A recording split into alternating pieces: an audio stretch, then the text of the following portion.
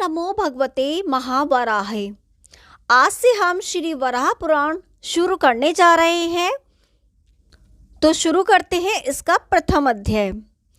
अंतर्यामी नारायण स्वरूप भगवान वराह, न रत्न न ऋषि, उनकी लीला प्रकट करने वाली भगवती सरस्वती और उसके वक्ता भगवान व्यास को नमस्कार करके आसुरी संपत्तियों का नाश करके अंतःकरण पर विजय प्राप्त कराने वाले वराह पुराण का पाठ करना चाहिए, जिनके लीला पूर्वक पृथ्वी का उद्धार करते समय उनके खुरों में फंसकर सुमेरु पर्वत खन खन शब्द करता है। उन वराह भगवान को नमस्कार है, जिन अनंत रूप भगवान विष्णु ने प्राचीन काल में समुद्रों से घिरी वन पर्वत एवं नदियों सहित पृथ्वी को अत्यंत विशाल शरीर के द्वारा अपने दाढ़ के अग्रभाग पर मिट्टी के ठेले की भांति उठा लिया था।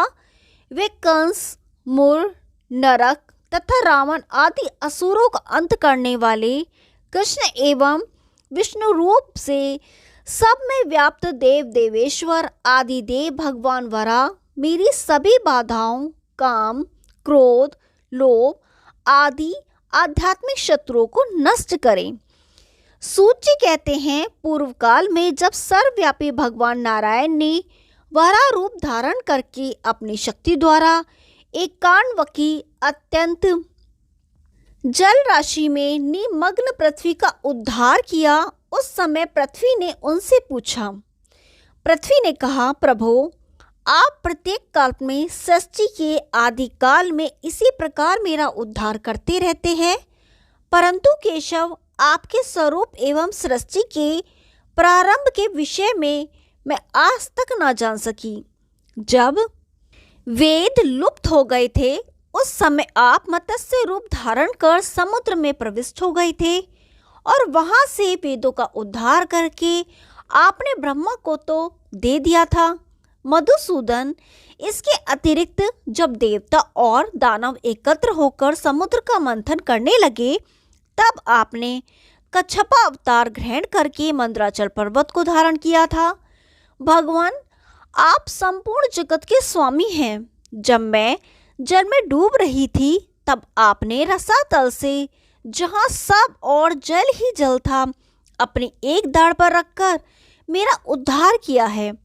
इसके अतिरिक्त जब वरदान के प्रभाव से हिरण्यकश्यपु को असीम अभिमान हो गया था और वह पृथ्वी पर भांति भांति के उपद्रव करने लगा था, उस समय वह आपके द्वारा ही मारा गया था।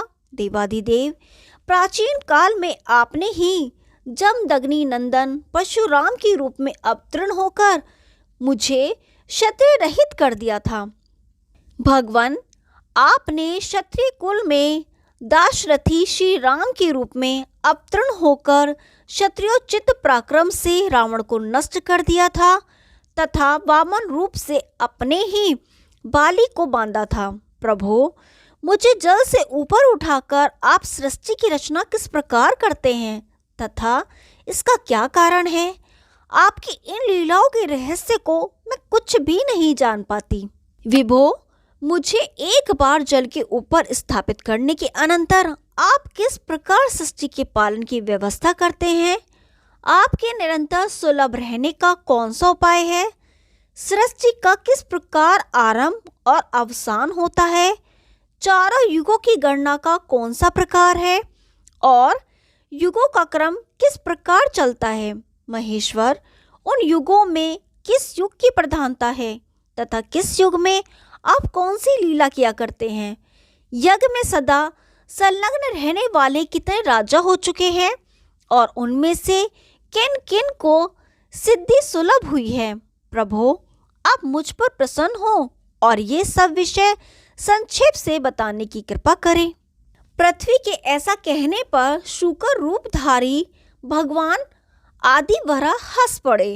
हंसते समय उनके उदर में जगधराती पृथ्वी को महर्षियों सहित रुद्र, वसु, सिद्ध एवं देवताओं का समुदाय दिखने लगा। साथ ही उसने वहां अपने अपने कर्तव्य पालन में तत्पर सूर्य, चंद्रमा, ग्रहों और सातों लोगों को भी देखा। यह सब देखते ही भय एवं विस्मय से पृथ्वी के सभी अंग कांपने लगे। इस प्रकार पृथ्वी को भयभीत देखकर भगवान वराह ने अपना मुख बंद कर लिया। तब पृथ्वी ने उनको चतुर्भुज रूप धारण कर महासागर में शेषनाग की शैया पर सोए देखा। उनकी नाभि से कमल निकला हुआ था। फिर तो 4 भुजाओं से सुशोभित उन परमेश्वर को देखकर देवी पृथ्वी ने हाथ जोड़ लिया और उनकी स्तुति करने लगी। पृथ्वी ने कहा, कमल नयन आपके श्री अंगों में पीतांबर फहरा रहा है। आप स्मरण करते ही भक्तों के पापों का हरण करने वाले हैं। आपको बारंबार नमस्कार है। देवताओं के द्वेषी दैत्यों का दलन करने वाले आप परमात्मा को नमस्कार है, जो शेषनाग की शैया पर शयन करते हैं, जिनके वक्षस्थल पर लक्ष्मी शोभा पाती है तथा भक्तों को मुक्ति प्रदान करना ही जिनका स्वभाव है। ऐसे संपूर्ण देवताओं के ईश्वर आप प्रभु को बारंबार नमस्कार है। प्रभु, आपके हाथ में खड्ग, चक्र और धनुष शोभा पाते हैं। आप पर जन्म एवं मृत्यु का प्रभाव नहीं पड़ता और आपके नाभि कमल पर ब्रह्मा का प्राकट्य हुए है। ऐसे आप प्रभु के लिए बारंबार नमस्कार है, जिनके अधर और कर कमल लाल विद्रुम मणि के समान सुशोभित होते हैं। उन जगदीश्वर के लिए नमस्कार है। भगवान, मैं निरुपाय नारी आपकी शरण में आई हूँ, मेरी रक्षा करने की कृपा करे। जनार्दन, सघन नील अंजन के समान श्यामल आपके इस वराह विग्रह को देखकर मैं भयभीत हो गई हूँ। इसके अतिरिक्त चराचर संपूर्ण जगत को आपके शरीर में देखकर भी मैं पुनः भय को प्राप्त हो रही हूँ। नाथ, अब आप मुझ पर दया कीजिए। महाप्रभु, मेरी रक्षा आपकी कृपा पर निर्भर है। भगवान केशव मेरे पैरों की, नारायण मेरे कटिभाग की तथा माधव दोनों जंघाओं की रक्षा करें। भगवान गोविंद गुहांग की रक्षा करें। विष्णु मेरी नाभि की तथा मधुसूदन उदर की रक्षा करें। भगवान वामन वक्षस्थल एवं हृदय की रक्षा करें। लक्ष्मीपति भगवान विष्णु मेरे कंठ की, हरिकेश मुख की, पद्मनाभ नेत्रों की तथा दामोदर मस्तक की रक्षा करें। इस प्रकार श्री हरि के नामों का अपने अंगों में न्यास करके पृथ्वी देवी, भगवान विष्णु आपको नमस्कार है, ऐसा कहकर मौन हो गई। ओम नमो भगवते महावराहे। अब दूसरा अध्याय। सूची कहते हैं, सभी जीवधारियों के शरीर में आत्मा रूप से स्थित भगवान श्री हरि पृथ्वी की भक्ति से परम संतुष्ट हो गए। उन्होंने वराह रूप धारण करके पृथ्वी को अपनी योग माया का दर्शन कराया और फिर उसी रूप में स्थित रहकर बोले, सुश्रोणी, तुम्हारा प्रश्न यद्यपि बहुत कठिन है एवं यह पुरातन इतिहास का विषय है, तथापि मैं सभी शास्त्रों से सम्मत इस विषय का प्रतिपादन करता हूँ।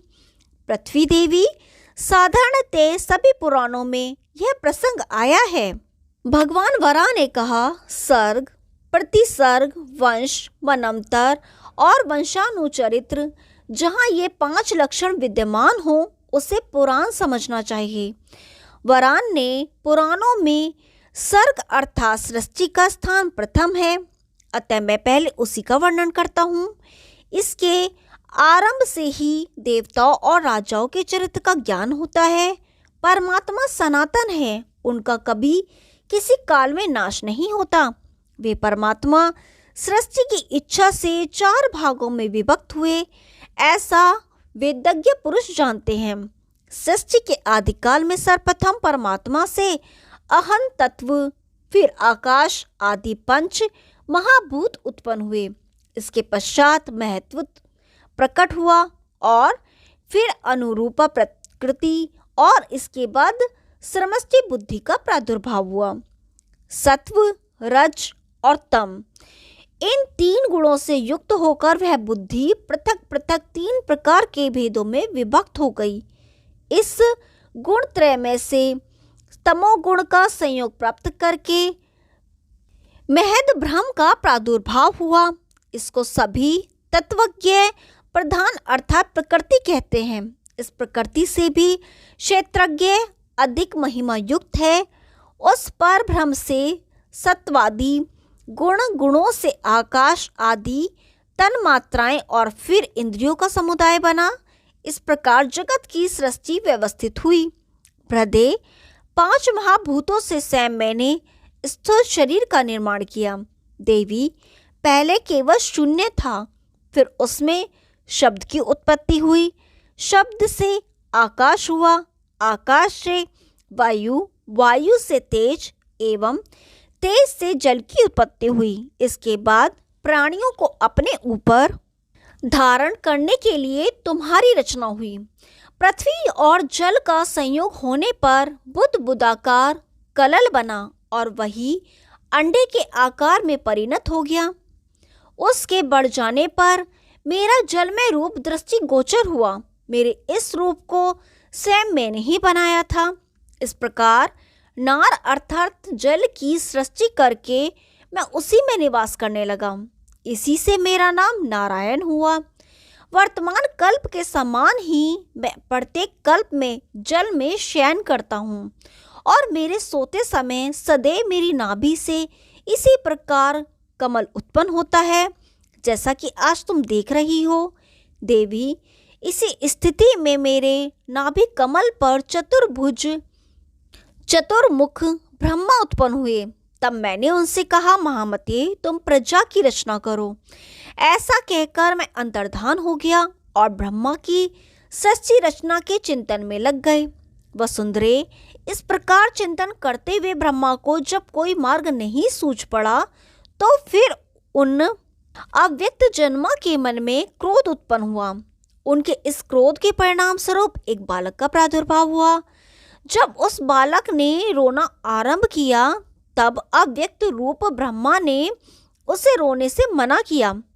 इस पर उस बालक ने कहा, मेरा नाम तो बता दीजिए।